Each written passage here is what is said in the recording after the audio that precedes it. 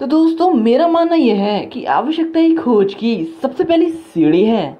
जब जब भी हम लोगों को मतलब कि हम मनुष्यों को आवश्यकता पड़ी है, तभी तभी हम मनुष्यों ने एक नई डिस्कवरी की है, एक नई इन्वेंशन की है।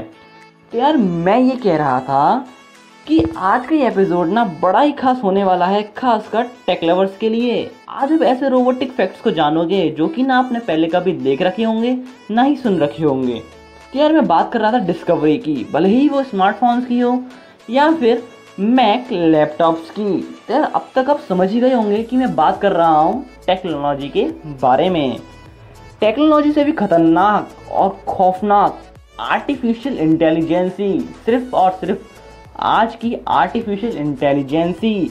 और आर्टिफिशियल इंटेलिजेंस से भी निकले रोबोटिक्स। Yes guys, robotics. आज के इस एपिसोड में आप जानने वाले हो आर्टिफिशियल इंटेलिजेंसी, रोबोटिक्स, साथ में एक साइबर मैन का फैक्ट, मतलब कि एक ऐसा आदमी जो कि आधा इंसान और आधा रोबोट है। साथ में आपसे बात करने वाला हूँ फेसबुक के वो एक्सपेरिमेंट के चलते कैसे दो रोबोट्स आपस में बात करने लगे थे, कैसे उन दो रोबोट्स ने आपस की एक लैंग्वेज बना ली थी। दोस्तों बने रहना इस एपिसोड के एंड तक, क्योंकि होने वाला है बड़ा ही खास। चलिए शुरू करते हैं। आज के टाइम में जब कभी भी हम लोगों को कोई भी क्वेश्चन का आंसर जानना होता है तो हम सिंपली गूगल पर जाकर वॉइस सर्च का ऑप्शन ऑन करके अपना क्वेश्चन से बोल देते हैं और उसका आंसर हमको मिलता है 1 सेकंड के अंदर ही अंदर, जो कि यह सिर्फ संभव हो पाया है, मुमकिन हो पाया है आर्टिफिशियल इंटेलिजेंसी के चलते हुए। तो आज की इसी आर्टिफिशियल इंटेलिजेंसी से रिलेटेड मैं आपको सुनाने वाला हूँ बहुत ही मज़ेदार सी स्टोरी।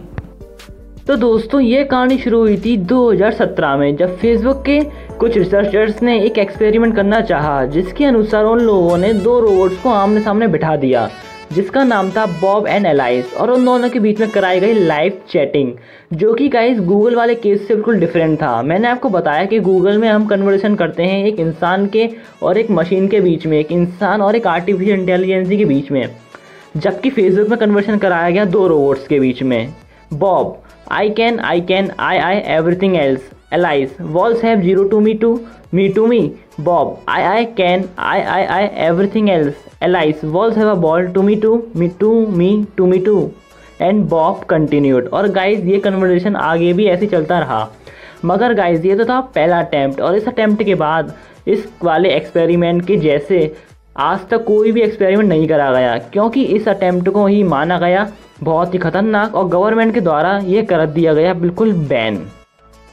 अगर दोस्तों मैं सरल भाषा में कहूँ तो एआई का मतलब होता है आर्टिफिशियल इंटेलिजेंसी, और भी अगर मैं इसको एक्सप्लेन करना चाहूँ तो मैं आपसे कहूँगा कि यार एक ऐसी भाषा जो कि बनाई गई है हम इंसानों ही द्वारा, ताकि रोबोट्स हमारी भाषा को ईजीली समझ सकें, सुन सकें और उसी के अनुसार हमारे काम को कर सकें और भी उसे आसान बना सकें। तो यार मैं आपसे बात करने वाला हूँ आर्टिफिशियल इंटेलिजेंसी से रिलेटेड कुछ क्वेश्चंस, और साथ ही मैं आपको बताऊंगा इस वर्ल्ड के सबसे टॉप रोबोट के बारे में, कुछ उसके फीचर्स, और साथ ही इंडिया के टॉप रोबोट का एक बढ़िया सा फीचर, उसके बारे में हम डिस्कस करेंगे। तो चलिए देखते हैं। तो दोस्तों सबसे पहला सवाल हमारे दिमाग में ये उठता है कि इन दोनों रोबोट्स ने आखिरकार अपनी भाषा, अपनी खुद की भाषा कैसे बना ली।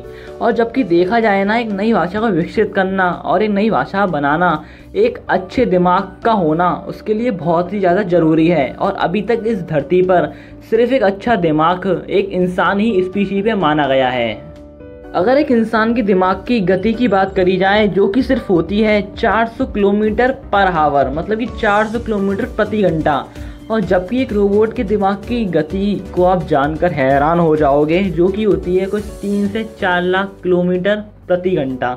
तो गाइज यू कैन थिंक कि रोबोटों की जो सोचने की शक्ति है कितनी लाखों गुना हम इंसानों से ज़्यादा होती है, जिन लोगों ने अपनी एक खुद की भाषा बना डाली। मतलब कि मैं बात कर रहा हूँ दोनों रोबोट्स की, बॉब एंड एलाइस की, जिनकी मैंने आपको भाषा भी, इनकी लैंग्वेज कुछ देर पहले ही सुनाई थी। तो गाइज यही था उस आर्टिफिशियल इंटेलिजेंसी का एक जीता जागता एग्जाम्पल। तो चलिए गाइज मैं आपको बताता हूँ सेकंड क्वेश्चन। लेकिन गाइस उससे पहले आप सोचिए कि यार पिछले 50 सालों में और आने वाले 50 सालों में कितना फ़र्क होने वाला है, क्योंकि आर्टिफिशियल इंटेलिजेंस दिन पर दिन बढ़ती जा रही है।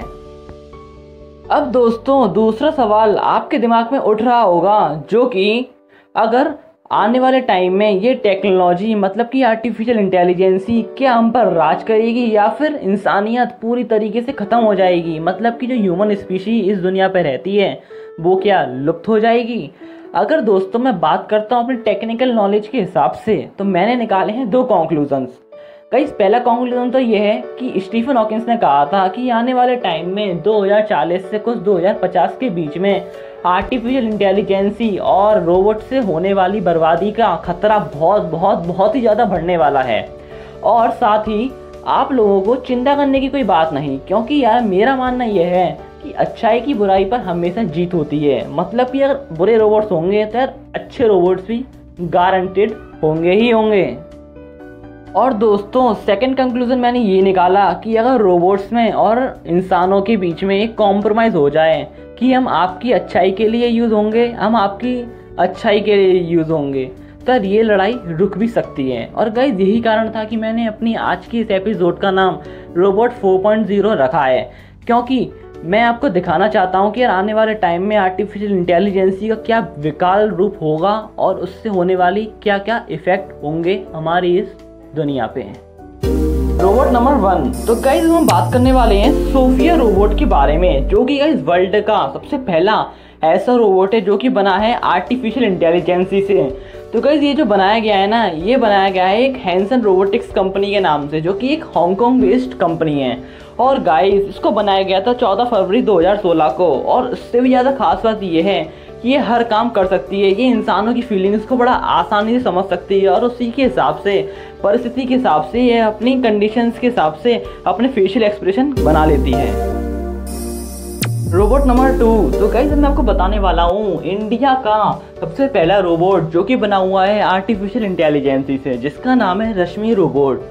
और गाइस इसके बारे में एक बहुत ही हैरान करने वाला फैक्ट है, जो कि ये जा चुका है इंडियन आइडल के सीज़न नंबर 8 में, और ये आरजे बनने का भी इसको मौका मिल चुका है, मतलब कि रेडियो जॉकी। और गाइस ये बोल सकती है रोबोट 4 भाषाओं में, Hindi, English, Marathi and Bhojpuri languages इस रोबोट को आती हैं, ये 4 लैंग्वेजेस। तो दोस्तों अगर मैंने इंडियन रोबोट्स की बात कही है तो आप इसका एक बोनस फैक्ट भी जान ही लो। तो गाइस वो बोनस फैक्ट है मानव रोबोट के बारे में। जो ये गाइस रोबोट है ना, बड़ा ही मस्त रोबोट है। कैसे? इसको बनाया गया था 2014 दिसंबर को। और गाइस जब आप इस रोबोट को देखोगे ना तो आपको पता लगेगा, क्योंकि ये रोबोट बड़ा ही क्यूट सा रोबोट है, जिसकी हाइट सिर्फ 2 फीट है, 2 फीट ये लंबा है। और गाइस का वेट लगभग 2 किलो का है। और इसको बनाने वाले व्यक्ति का नाम था दिवाकर वेश, जो कि एक बड़ा ही क्यूट रोबोट इन्होंने बनाया था।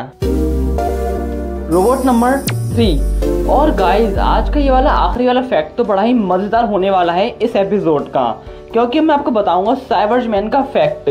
अब जिस व्यक्ति को अपनी स्क्रीन पे देख रहे हो ना, तो इस व्यक्ति का नाम है नील्स हेर्बिसन, जो कि रहने वाले हैं स्पेनिश के।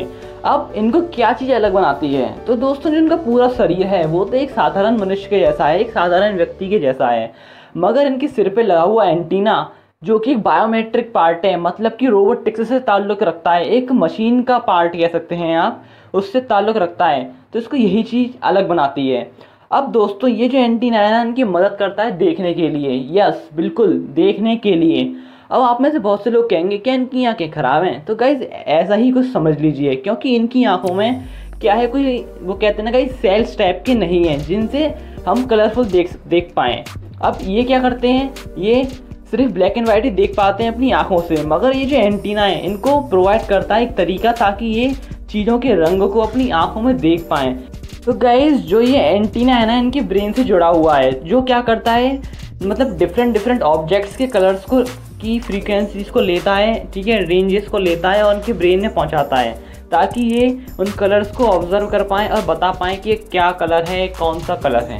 और गाइज इसी के चलते इनका नाम साइबर्समैन रखा गया स्पेनिश गवर्नमेंट के द्वारा। अगर दोस्तों आपको आज का ये एपिसोड अच्छा लगा हो तो सब्सक्राइब जरूर करना और थम्स अप के बटन पे भी क्लिक कर ही देना, और गाइज ज़्यादा से ज़्यादा इसको शेयर कर देना। Thanks for watching.